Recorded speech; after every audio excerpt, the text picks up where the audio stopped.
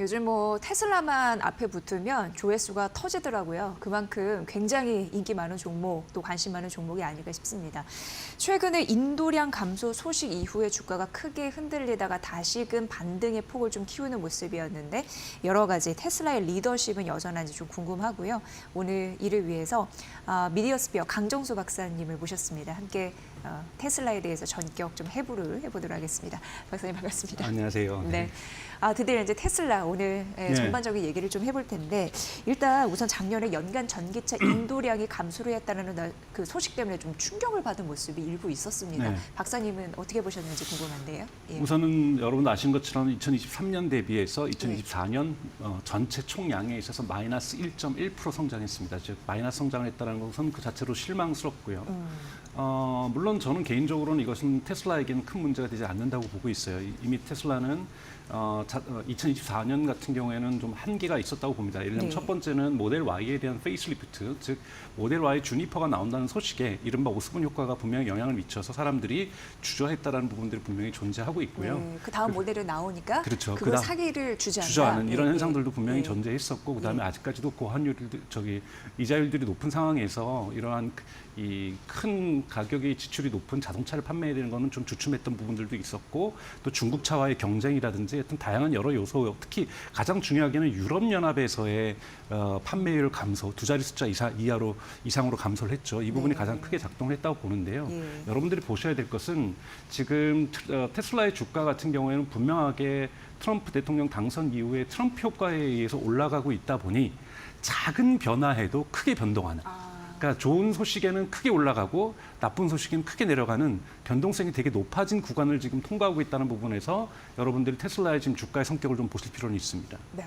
박사님께서 지금 그 테슬라라는 종목이 워낙 인기가 많은 만큼 또 변동성도 심하다라고 그렇죠. 말씀하시면서 유럽 시장에서 약간 빨간불이 들어온 거 말씀해 주셨는데 네. 저는 또 이거 생각하게 하더라고요. 미국 지금 시장에서 네. 점유율이 감소하고 있는데 지난 2분기였거든요. 이게 어떻게 보면 처음으로 50%를 밑돌았어요. 네. 한 49.7%라나.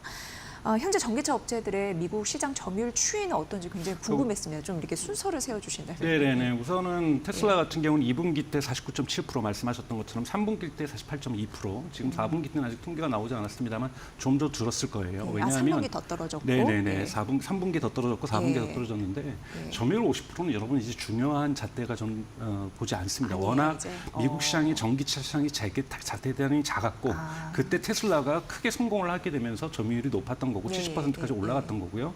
지금 3분기 기준으로 해서는 미국 전체 신차 판매량의 8.9%가 이 전기차예요.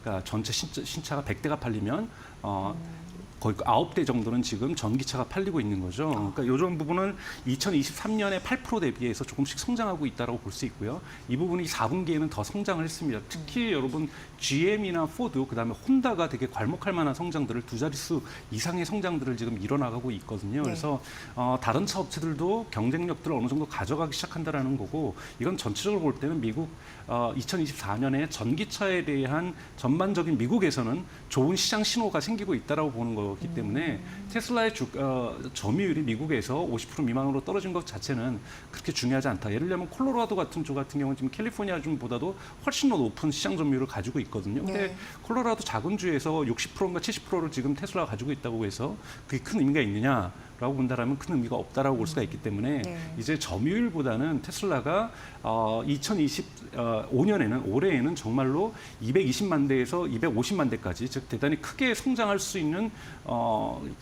잠재력을 가지고 있는데 실제로 그걸 구현해낼 것인가가 대단히 중요하다고 보기 때문에 어떤 특정 시장에서 시장 점유율은 그렇게 중요하지 않다고 말씀드릴 수 있습니다. 이제 그런 데이터에 일희일비하지는 않아도 되겠네요. 확실히 미국 시장 점유율 이런 거보다는 어쨌든 미국에서 전기차가 많이 팔린다는 그 사실이 지금 더 중요하지 않나라는 생각 들고.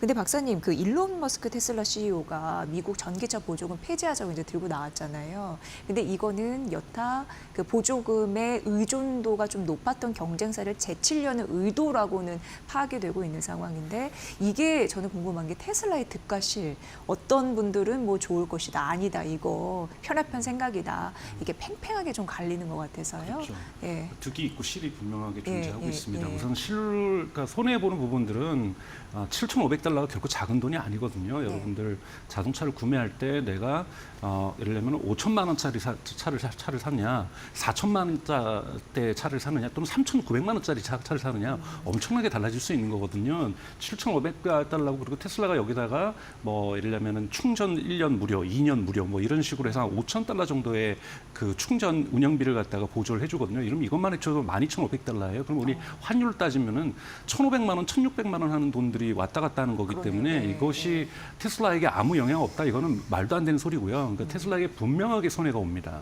그런데 지금 테슬라는 여러분 아시는 것처럼 그래도 자동차 부분에서도 두 자리 숫자대의 수익률을 가지고 있어요. 뭐 14%, 15%. 그러니까 즉 이익을 보고 있다는 거죠. 그건 뭐냐면 가격을 낮출 수도 있고 여기에서 큰 타격을 받지 않는데 GM이나 포드는 차를 한 대 팔 때마다 손해를 보고 있다는 거예요. 즉 손익분기점에 못 가고 있다는 거죠. 혼다도 마찬가지고요. 현대하고 기아차는 아직 손익분기점에 저는 도달했을 거라 보는데 그거를 정확하게 밝히고 있지 않아서 어느 정도의 이익률을 보고 있는지는 모르겠지만 손익분기점이 안 온 기업들에게 타격이 더 심하게 갈 거기 때문에 테슬라에게는 미치는 영향이 작다라고 얘기할 수 있죠. 테슬라에게 손해를 미치는 영향이 마이너스 10이라면 GM이나 포드나 현대나 혼다 같은 데는 마이너스 100을 미칠 수 있다. 그럼에도 불구하고 마이너스 10이 있는 거고 그리고 전체 시장이 얼어붙게 되면 이건 테슬라에게도 그렇죠. 좋지 않습니다. 그래서 이 IRA, 인플레이션 감축법에 대한 보조금 폐지는 테슬라에게 분명하게 네거티브하게 작동할 겁니다. 다만 이거를 극복할 수 있는 두 가지 힘이 있는 거죠. 하나는 모델 Y의 페이스리프트인 주니퍼가 얼마나 미국에서 긍정적인 반응을 일으키는가. 그리고 상반기에 중국부터 생산하게 될 상하이 공장에 생산하게 될 이른바 모델 Q라고 하는 지금 중저가형 차량이 미국에는 언제쯤 도달하는가. 즉 미국에서는 또 언제쯤 텍사스에서는 생산될 수 있을 것인가 이 부분에 따라서 왜냐하면 트럼프가 대통령이 취임한다고 해서 1월 20일 된다고 해서 1월 21일부터 보조금이 폐지되지는 않거든요. 그렇죠. 보조금이 폐지되기 위해서는 하원과 상원에서 합의도 있어야 되는 거고 민주당과의 적당한 타협도 있어야 되는 거기 때문에 이런 과정을 거치다 보면은 아마 이 모델 Q가 미국에서 생산될 쯤 돼서 보조금이 폐지되는 이러한 시기적인 어떤 교차점이 대단히 테슬라에겐 중요하다고 볼 수가 있습니다. 네. 득과 실이 이게 좀 나뉘는 그런 상황이 연출될 수 있는데 그 말씀 참 동의해요. 전체 시장이 얼어붙으면 안 되는데 근데 한편에서는 이런 또 일각의 소리도 있습니다. 뭐냐면 그 해당 법이 IRA 세액공제를 폐지하는 대신 가솔린의 그 내연기관차 말을 하는 것 같아요. 그 세액공제를 지원하는 내용을 일부 담고 있을 수 있다라고 얘기를 하면서 그렇게 되면 이제 소비자들이 전기차 말고 내연차 더 사는 거 아니야? 그럼 전기차 또 우려가 생기는 거 아니야? 이렇게도 생각하더라고요. 그렇게 가지는 않을 겁니다. 우선은 트럼프 후보도 일론 머스크가 본격적으로 지원한 이후에서 전기차에 대해서 대단히 부정적인 발언을 그전에 많이 하다가 이제는 더 이상 부정적인 발언을 하지는 않거든요. 근데 지금 이제 바이든 행정부에서 특정 환경이라든지 노조 중심이라든지 이런 부분에 대한 산업적 지원을 하다 보니까 전기차에 대한 지원이 있었던 건데 오히려 이런 특정 산업에 대한 지원보다는 오히려 노동조합이라든지 환경 문제에 대한 규제 부분을 약화시킴으로써 기업가들이 투자하는 우호적인 환경을 만들겠다라는 것이 트럼프의 경제 정책이다 보니까 IRA를 폐지하는 것이지 전기차에 대한 일반적인 증오감이나 어떤 불쾌감에 의해서 폐지하는 것은 아니다. 그리고 또 하나 여러분 보셔야 될 것은 12월 크리스마스 전후에서 있었던 H-1B 비자에 대한 논쟁이었어요. 트럼프는 여러분 H-1B 이거는 여러분 아시는 것처럼 대단히 고인력 대학교라든지 대학원이라든지 박사를 마친 고인력에 대해서 주는 미국 기업들이 주는 특혜 비자들이죠. 자, 이 부분에 대해서도 원래 트럼프는 폐지를 공약했었어요.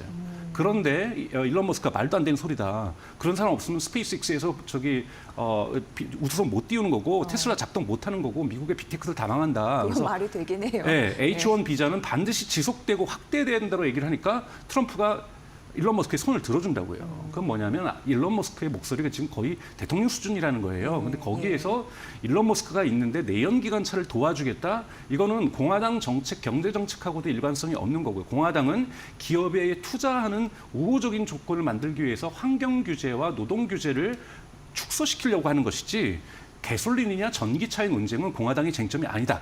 그렇기 때문에 이 부분을 그렇게까지 해석할 필요는 없다고 저는 보고 있습니다. 네. 뭐 내연차 가격 우위 현상 뭐 이런 것까지 얘기가 나오는데 그건 잠시 접어둬도 되겠네요. 네. 그렇게 좀 정리를 하도록 하겠습니다. 근데 이제 테슬라 어쨌든 주가가 이렇게 내려왔다가 6거래일 만에 그 반등하는 흐름들이 있었고 종가 기준으로 봤을 때 8% 급등을 했습니다. 다시금 낙관론에 힘이 붙었다라는 얘기가 들려오고 있습니다. 어떻게 보세요? 저는 네. 이게 대단히 불안한 상황이라고 저는 생각이 들어요. 그러니까 즉 뭐냐면 그날 올라갔던 것도 그러니까 지난주 금요일 날 올라갔던 것도 사실 테슬라만 올라간 것이 아니라 빅테크들이 다 올라갔는데 사람들이 이유가 뭘까 하니까 뭐 생산성 지수가 나쁘지 않았다. 뭐 이런 얘기예요. 요 소식 하나에 주가가 8%씩 급등한다. 이건 여러분 올라가도 그렇게 기분 좋은 상황이 저는 아니라고 봐요. 비이성적이라는 그렇죠. 거죠? 그러니까 대단히 뭐냐면 펀다멘탈에 의해서 축 치고 올라가는 것이 아니라 투자 심리가 어떻게든지 긍정적으로 해석하는 경향이 있으면 확 올라가는 거고 조금이라도 부정적인 소식이 나오면 확 떨어지는 것. 대단히 변동성들이 심하다라는 거고 이거는 빨리 트럼프가 1월 2일 날 취임을 해서 트럼프의 경제가 어떻게 바이든 경제하고 다를 것인지 어떻게 긍정적일 것인가에 대한 시장에 대한 명확한 청사진과 여기에 맞춰서 기업의 매출이 어떤 변화를 겪을 것인가에 대한 실물 경제의 변화가 이루어지기 전까지는 이 변동성은 지속될 수밖에 없다. 그렇기 때문에 현재로서는 좋은 소식이 오면 올라가고 네. 나쁜 소식이 나오면은 떨어지는 이러한 변동이 앞으로 당분간 지속될 거라는 부분에서 여러분 이것을 테슬라로만 보실 필요가 아니라 미국 주식 전반이 그렇다라고 좀 이 현재 그런 상황을 구간을 통과하고 있다라고 이해를 해주시면 더 좋을 것 같습니다. 그럼 박사님 이거는 어떻게 생각하세요? 그 중국에서 사상 최대 판매를 기록했다라는 소식 때문에 테슬라뿐만 아니라 전기차 관련주들이 폭등. 그러니까 급반등을 했잖아요. 예, 근데 그게 방점이 중국에 찍혀 있단 말이죠. 네. 예, 좀 해석해야 될 여지는 있는 것 같아서요. 네.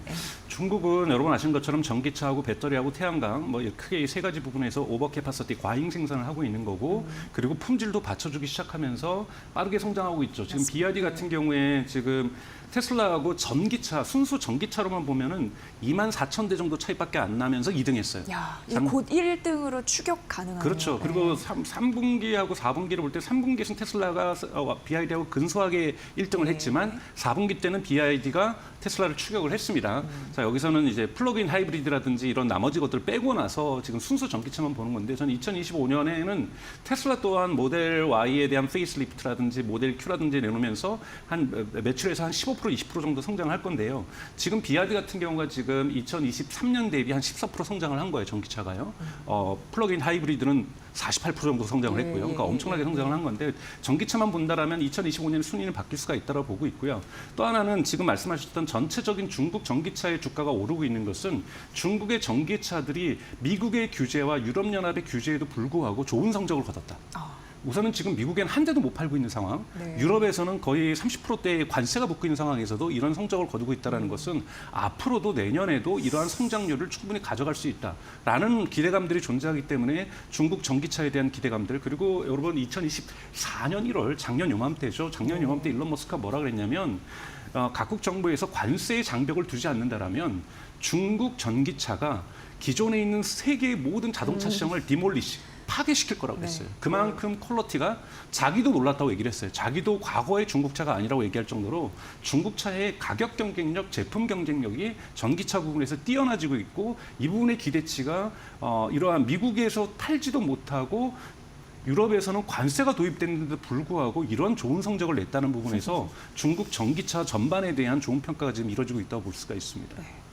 그럼 테슬라는 과연 글로벌 전기차 1위의 위상을 지킬 수 있을까 궁금하고 중국에서는 과연 잘하고 있는가? 이런 또 의심이 들기도 합니다. 어떻게 분석하셨어요? 테슬라가 이번에 중국 4분기 실적 판매는 중국 테슬라의 판매 시작 이후에 가장 좋은 기록이에요. 그러니까 지금 전체적으로 자동차 시장이 가장 좋은 데는 중국이고요. 예. 두 번째가 미국이고 그래서 정말 안 좋은 데가 마이너스 성장하는 데가 지금 유럽인 거죠.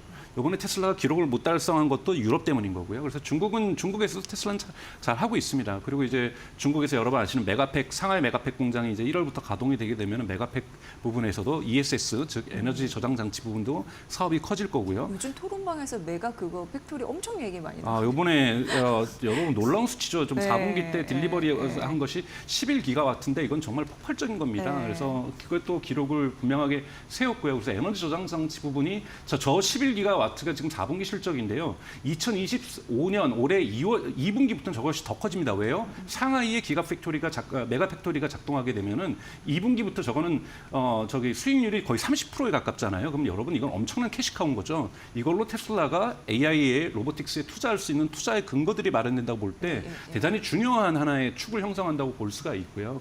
또 하나 2025년에는 너무나도 중요한 건 테슬라 주식에서 제일 중요한 거는 텍사스하고 캘리포니아에서 FSD의 unsupervised 비감독하에 즉 운전석에 운전자가 앉지 않아도 심지어는 앉아 있더라도 위급 상황을 위해서 앉아 있더라도 핸들을 잡지 않고 전방을 주시하지 않더라도 하는 테스트가 처음으로 공개 테스트가 진행됩니다. 자율주행 말씀하시는 그렇죠. 거죠? 자율주행 FSD. 그러면은 저희도 여유가 된다면은 일일이도 가야 될 정도로 취재해야 될 정도로 미국에 있는 모든 방송국과 언론들이 와서 취재를 할 거라는 거예요. 거기에서 테슬라가 실수를 하거나 사고가 나면은 엄청나게 테슬라 주가는 부정적인 효과를 받을 겁니다. 하지만 거기 테스트를 공개 테스트를 갖다가 테슬라가 성공적으로 이뤄준다라면 테슬라의 주가는 대단히 로켓 추진력과 같은 추진력을 받을 수가 있다는 거죠. 그렇기 때문에 2025년에 가장 중요한 사건은 테슬라에게 텍사스하고 캘리포니아에서 언제 진행될지는 아직 시점 확정되지 않았습니다만 올해 상반기라고 보통 일론 머스크가 작년에 얘기를 했었거든요. 그러면 상반기에 진행된다면 4, 5, 6월 정도에 진행될 가능성이 있는데 이때 테슬라가 어느 정도의 성과를 내는가에 따라서 테슬라의 모든 주가는 결정될 것이다 라고 말씀을 좀 드릴 수 있습니다. 네, 올해는 이거네요. 텍사스, 캘리포니아에서 완전 그 자율주행 FSD 공개 테스트 이 결과다. 거기에서 주는 시사점 이거고요. 올해 우리나라 자동차 산업 수출이 4년 만에 감소할 것이다라는 아주 안 좋은 예상들이 나오고 있는데 우리가 좀 마음의 자세를 어떻게 해야지 좋을까요? 현대기아차는 2024년 대단히 좋은 성적을 기록했음에도 불구하고 12월에 그룹 내부에서는 비상경영 체계를 선언을 했습니다. 그만큼 한국 경제 상황이 좋지 않다라는 거고요. 그리고 또는 이제 본격적으로는 이 중국차의 이 공세가 대단히 심각하다라는 거고 또 한국 내수 시장에도 여러분 아시는 것처럼 2025년 올해부터는 BYD를 비롯해서 중국 차들의 판매가 시작됩니다. 이것이 사실은 시장 반응이 어떻게 될지는 정말 누구도 예측하기 어려운 상황이고 분명하게 관세가 있음에도 불구하고 가격 경쟁력을 갖게 될 것이고 현대기아차는 처음으로 내수 시장을 방어해야 되는 이러한 상황까지 지금 처해 있다라고 볼 수가 있고요. 또 하나는 혼다가 지금 미국에서 전기차가 판매가 급증하고 있어요. 혼다가요? 네, 그래서 그런 부분에서 미국에서도 이제는 경쟁자들이 2025년에는 숨죽여 있었던 크라이슬러라든지 그러니까 집이라든지 이런 크라이슬러의 전기차, 혼다의 전기차 그리고 토요타의 전기차들도 미국과의 경쟁 구도 시장에서 경쟁 구도를 그을 거기 때문에 그리고 이미 현대가 나가고 싶었던 인도라든지 인도네시아 그다음에 브라질 이런 곳에서는 BYD가 인도를 제외하고서는 잘 나가고 있고 그래서 현대 같은 경우는 많은 도전이 있는 해가 될 거라고 보고요. 또 하나는 FSD가 만약에 테슬라가 성공했을 때 과연 현대기아차의 선택은 어떻게 될 것인가? 스스로 자율주행을 할 수 있을 것인가? 아니면 테슬라하고 협력을 해야 될 것인가? 이런 것을 선택해야만 하는 그 시점이 현대에게도 다가오고 있다. 이런 부분에서 한국 자동차 업계 이제 현대기아차죠에게는 중요한 운명의 시간이 마찬가지로 2025년에 다가오고 있다고 볼 수 있습니다. 네. 정말 많은 영향을 미칩니다. 그래서 올해 테슬라 전략에 대해서 주목할 점 저희가 딱 정리해서 여러분께 알려드렸습니다. 미디어스피어의 강정수 박사의 분석으로 여러분 들으셨습니다. 고맙습니다. 잘 들었습니다. 고맙습니다.